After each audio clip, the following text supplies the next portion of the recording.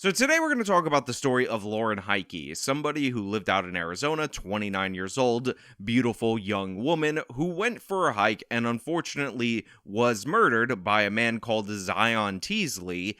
And we're going to have to talk about why we cover stories like this, because anytime you have somebody like me who's selecting individual local crime stories and elevating them, there should be a purpose behind it. And unsurprising to many of you out there in the audience, the reason we're talking about this is because I have just discovered that there were broader policy failures that led to Zion being released in the first place. And once again, we have another instance of soft on crime leading to the death of an innocent. But before we get into that, I just want to thank everybody who signed up over on actualjusticewarrior.com/join. Give me the money. Give me the money. Okay. Thank you for your support. And I want to thank everybody who has signed up for the podcast on Apple, Spotify, and Google Podcasts. Hey, Celeste, Teasley just had his initial appearance in court this morning. He's being held on a $1 million cash bond, accused of first-degree murder in the death of Lauren Heike. And we're learning new details about cell phone and DNA evidence linked to the 22-year-old suspect. It's been a large effort from Phoenix PD to find Heike's killer. Police discovered the body of the 29-year-old woman on a hiking trail in Phoenix last Saturday morning. A friend of Heike told police she planned to hike with another friend the day prior. Police spoke with that friend, and he said he could not get in contact with Heike that day. So as told to you by the local news reporter, Lauren Heike was supposed to go on a hike with another friend on the day in question, where she ultimately ended up getting killed. Now, she could not be reached by this friend. This caused people to have some kind of an alarm, and later on we end up finding the body of Heike on or near or somewhere about the hiking trail. And unfortunately, what we ended up discovering was not only was this a murder, but it was a particularly gruesome homicide. According to probable cause statements, investigators believe Heike was chased through or over a barbed wire fence based on her belongings and the condition of her clothing. An autopsy revealed Heike was stabbed 15 times. Wounds on her hands and arms showed signs of defense. So it's a brutal crime. During the course of time that she was trying to escape, at some point she had to crawl over a barbed wire fence. She had defensive wounds, 15 wounds overall. We're going to get into the motivation a little bit later, but I do want to point out that even though Zion is not convicted at this moment, and it's all alleged, there is pretty good evidence for us to believe that he happens to be the perpetrator of this crime. Police investigated hours of surveillance video in the area and spotted a suspect running after Heike and then sprinting away before returning to the location where her body was found before the suspect climbed over barbed wire. It's confirmed that Zion Teasley is the man seen on surveillance footage by his probation officer. Police say his cell phone pinged traveling westbound on Princess Drive that morning, consistent with the time of the video. Investigators recovered DNA from Heike's shoe, tested it, and yesterday a profile came back matching to Teasley. Records show Teasley lives a mile and a half away from where the murder happened, and witnesses interviewed by police say he routinely carried a 3-inch pocket knife. So as you heard right there, this guy lives in the area. He is identified by his own probation officer on the surveillance video as the person running in the direction of Heike, then running back, then doubling back to where the body was found. You also have reports from eyewitnesses that he's in and around this area a lot because he lives around there, and he carries a 3-inch pocket knife, which is believed to be the murder weapon. Then you have the DNA test that ties him to the scene, and there's also cell phone evidence. Again, it is still alleged at this point because he's not convicted, but you understand why people have a strong suspicion that this is definitely the guy. Now, there's been a lot of talk about this person's motivation. I just want to get into that really quickly because although you might find it interesting, to me, it's something to go over quickly because in reality, in actuality, the policy implications of why this guy was out on the street in the first place are far more interesting to me. So, there has been a lot of reports of him identifying on a LinkedIn profile. Don't know how any 22-year-old is still using LinkedIn as a non-binary, according to certain statements that this person may have issued to the police at any given time. This person potentially was motivated by a desire to look like this woman. So we have somebody who potentially had this weird attraction / anger associated or affiliated with that attraction and wanted to be an attractive 29-year-old white woman instead of being a black male. So very strange in terms of the motivation. I know that's what a lot of people are paying attention to. A lot of people are harping on it. You can be interested in that all you want. I will link sources in the description that goes over that. However, what is far more interesting to me is that once again in Arizona, just like we've seen in state after state across this country in recent years, we have an example of somebody who was released early despite overwhelming evidence that he was a violent criminal who was going to do something like this again. Investigators recovered DNA from Heike's shoe, tested it, and yesterday a profile came back matching to Teasley. Even though it is not stated outright in this news report, I think your ears should have been perking up when they said that his DNA was matched to him based on the profile that they discovered at the scene.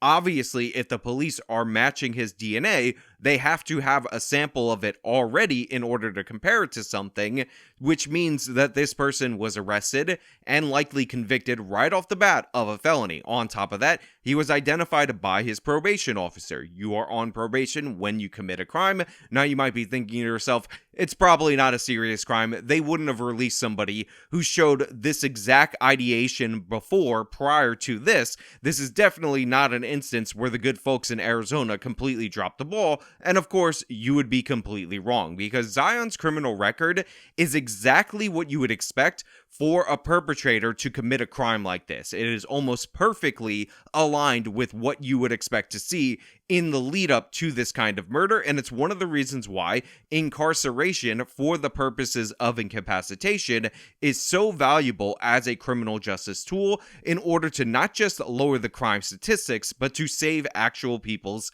lives. So according to the Scottsdale Progress, which is listed as your hometown newspaper, Zion was a convicted felon who was released early based on a program and eventually arrested for the murder, which is of course what we found out. However, when you look at his criminal history, I just want you to think in your brain, is this the person that you think should have been eligible for an early release? Now, his charges that stemmed from his 2020 arrest were lengthy, including armed robbery with a deadly weapon, this would be a firearm, kidnapping, and aggravated assault after a string of convenience store robberies. So in 2020, the year of the greatest civil rights protests in the history of our country, the Black Lives Matter riots, this guy is committing multiple different robberies at convenience stores with firearms present in some of them. He's also getting kidnapping charges because he's moving people around during the course of the robberies. Now, according to the pre-sentence report, he was 18 at the time of the robberies, and he told a probation officer that he had been drinking heavily due to depression. Aw, what a poor baby. He said he was unemployed, so basically he was just an Aladdin, and he lived with his mother, which is where he planned to return after his release from incarceration. Now, some of you might not be sensitive to the plight of this poor Aladdin, the emotional distress that this man is dealing with, so I also want to add, on top of everything else, that he was not only just an Aladdin, he was also an aspiring scholar. He actually told his probation officer that he was attending Paradise Valley Community College and planned to get degrees in engineering and art. There's other circumstantial evidence, for example, him living in the area, statements that were made by people who know him and worked with him about, for example, a knife that would have been consistent with the murder weapon. So given the strength of the evidence, given the nature and circumstances of the offense, given the prior serious offense, and the court did mention that there's a probation hold, I think the court is aware there were 3 convictions there: a robbery, armed robbery, which is a prior serious offense, and a disorderly conduct.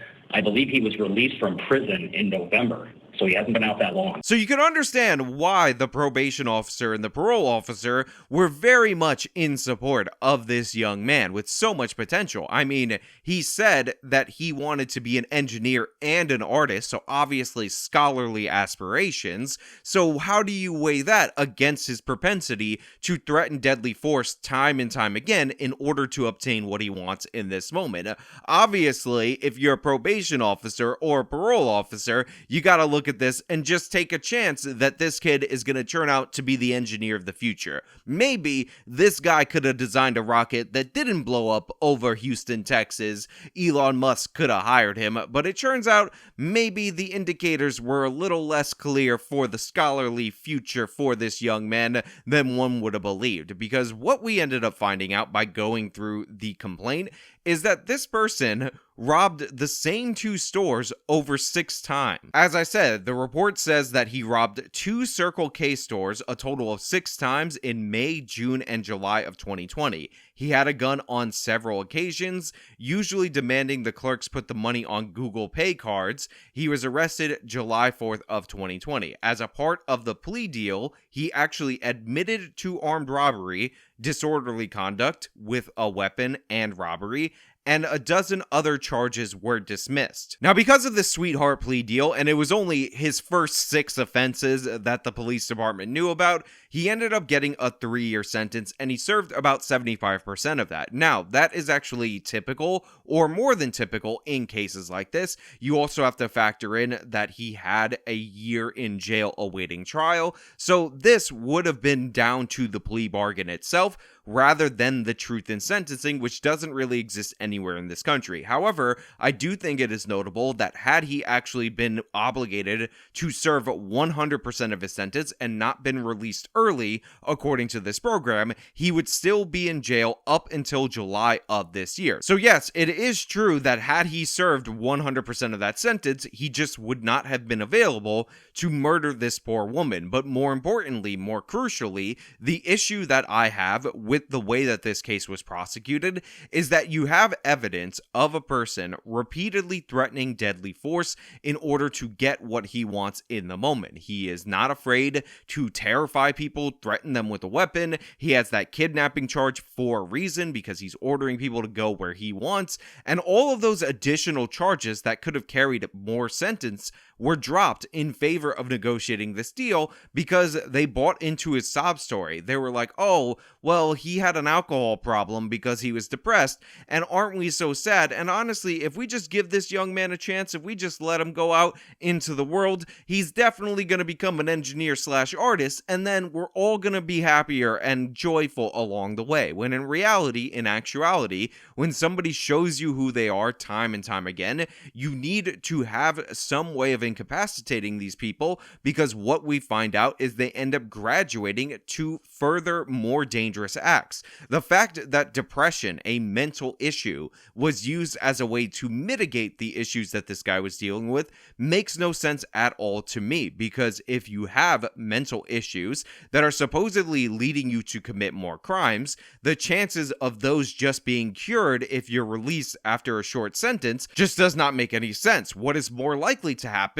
is that these kind of things will get aggravated, is that this young man who thinks that violence is an appropriate way, coupled with substance abuse, in order to deal with whatever mental issues, will only escalate their behavior, and that is exactly what happened right here. So while there are a lot of different varying ways to attack this story, a lot of angles that you could take, you could highlight the racial angle, you could talk about how, but for this being a black on white crime, this would be international news, and that's all fine and dandy, but in reality, the actual issue, the thing that makes this case stick out, and it's becoming more and more common amongst many of the other cases that we're covering, is the fact that this person could have easily been held by a tough on crime criminal justice system, and thus Lauren Heike would still be alive today. And this really goes to the ideology that is undergirding all of the reform efforts, the idea that our prison system, that our criminal justice system is meant to be a sort of penal welfare system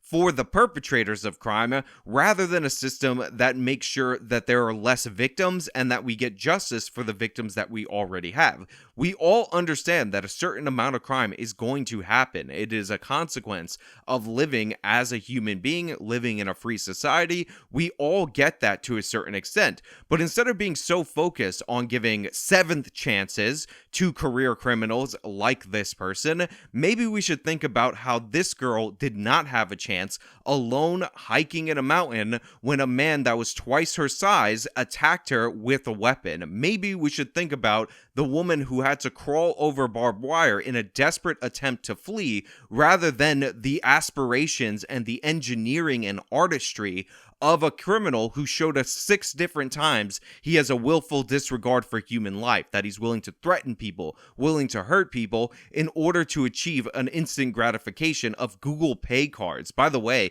if you're wondering how he got caught, really not that hard to figure it out. The guy robbed the same 2 stores a total of 6 times, and then he got gift cards, which are very traceable. This is not rocket science that this guy was not somebody who was smart enough to get away with this crime, and we should not be granting grace to criminals just because they show us a complete and utter stupidity while committing their initial crimes. Look, we can't control for every repeat offender. I'm not going to pretend that nobody is going to slip through the cracks at any point in time, but the fact of the matter is, this guy had obvious signs, and sometimes getting the fastest plea deal in order to sort out the case as quickly as possible and putting a win on the board at the district attorney's office is not an adequate solution. Sometimes these pre-trial assessments that parole officers do are not that well thought out, they're not that cared for, and they have a bunch of ridiculous nonsense in it, like some unemployed guy who has no aspirations for education who's committing robberies is on the cusp of being an engineer. He's not an engineer, and somebody's dead, and there should be some accountability for it. But hey, those are just my thoughts. Let me know your thoughts down in the comments below. If you like the video, show them by leaving a like, subscribe for more content, follow me on all my social media, support me via the support links in the description of this video. This has been me talking about yet another instance of soft on crime biting back and costing somebody their life. Till next time.